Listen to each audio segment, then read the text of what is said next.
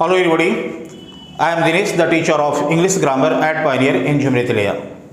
I am teaching you tenses in a series where I have taught you certain tenses. Today in this video, I am to teach you past perfect tense. मैं पहले के video में भी बता चुका हूं कि ये जो वीडियोज है वो उन स्टूडेंट्स के लिए हैं जो हिंदी के माध्यम से अंग्रेजी सीखना चाह रहे हैं और वो बिगिनर्स हैं। इसलिए इस वीडियो को अगर आप ग्रामर की कसौटी पर देखोगे तो आपको कई कमियां नज़र आएंगी। चूँकि इस टेंसेस से रिलेटेड सारी बातें तो पहले वाले वीडियो में नहीं की जा सकती है, क्योंकि मेरे ध्यान में वो स्टूडेंट हैं जो पहली बार इससे परिचित हो रहे हैं, तो मैं उनके सामान्य समझ को लेकर के इस वीडियो में स्ट्रक्चर पर और सेंटेंसेस पर बात करूंगा।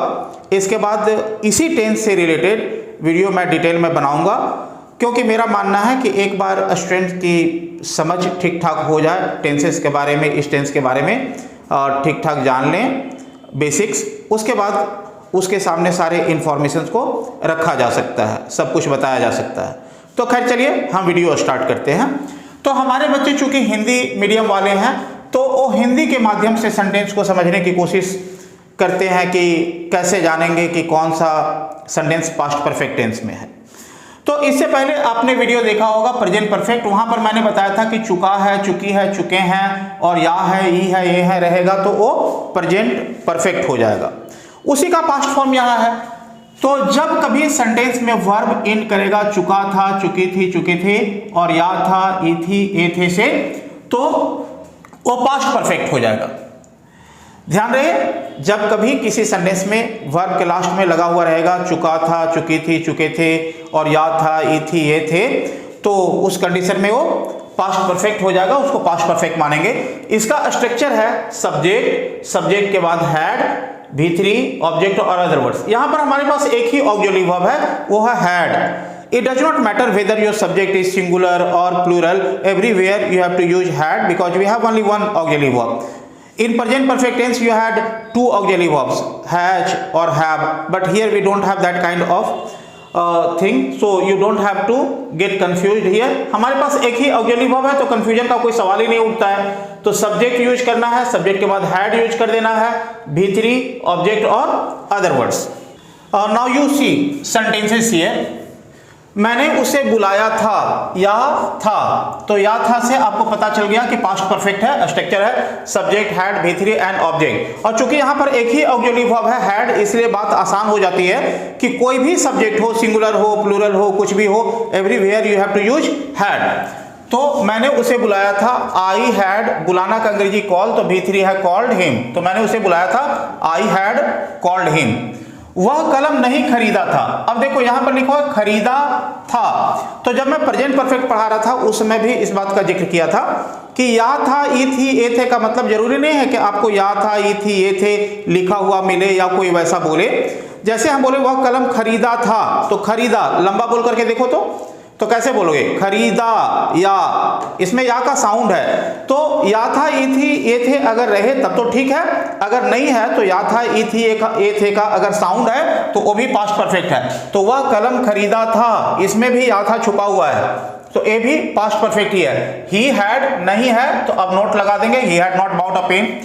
क्या तुम पत्र लिखे थे, इसमें भी वही बात है, लिखे, ए लिखे थे, इसमें ए थे का साउंड है, तो ए भी पास्ट परफेक्ट है। क्या तुम पत्र लिखे थे, had you written a letter, क्या है इसलिए सब्जेक्ट के पहले ऑक्सिलरी वर्ब। क्या हम लोग सिनेमा नहीं देख चुके थे, पास्ट परफेक्ट है, तो इसमें क्या है और नहीं भी है, तो सब्जेक्ट के पहले auxiliary verb. Had we not, नहीं है इसलिए नॉट वॉच्ड अ मूवी।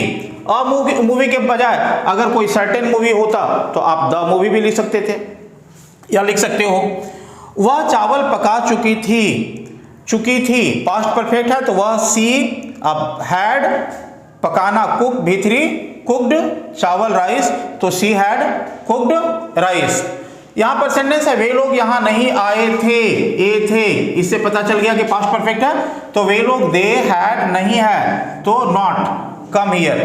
क्या राम तुम्हें बुलाया था, अब क्या है तो ऑक्सिलरी वर्ब पहले, तो राम के पहले हैड यूज कर दिए, had Ram called you, call means बुलाना, कॉल का V3 कॉल्ड। क्या तुम उससे नहीं मिले थे, अब इसमें क्या है और नहीं भी है, तो सब्जेक्ट के पहले ऑक्सिलरी वर्ब और नहीं है इसलिए हम नॉट भी यूज करेंगे, तो had you not met him, meet means मिलना, V3 मेट।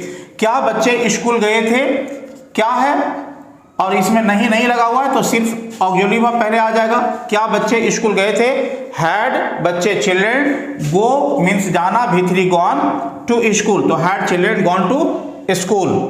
क्या सीता परीक्षा पास कर चुकी,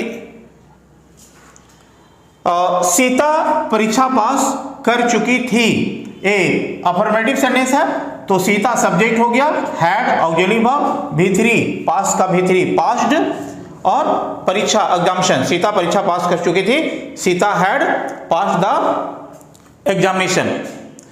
तो this was the discussion on this tense. It is very easy, I hope you people have understood it very well. हालांकि ग्रामरियंस का मानना है कि पास्ट परफेक्ट में 2 वर्ब्स होते हैं और उन 2 वर्ब्स में जो काम पहले होता है वो पास्ट परफेक्ट में होता है, जो काम बाद में होता है वो सिंपल पास्ट में होता है।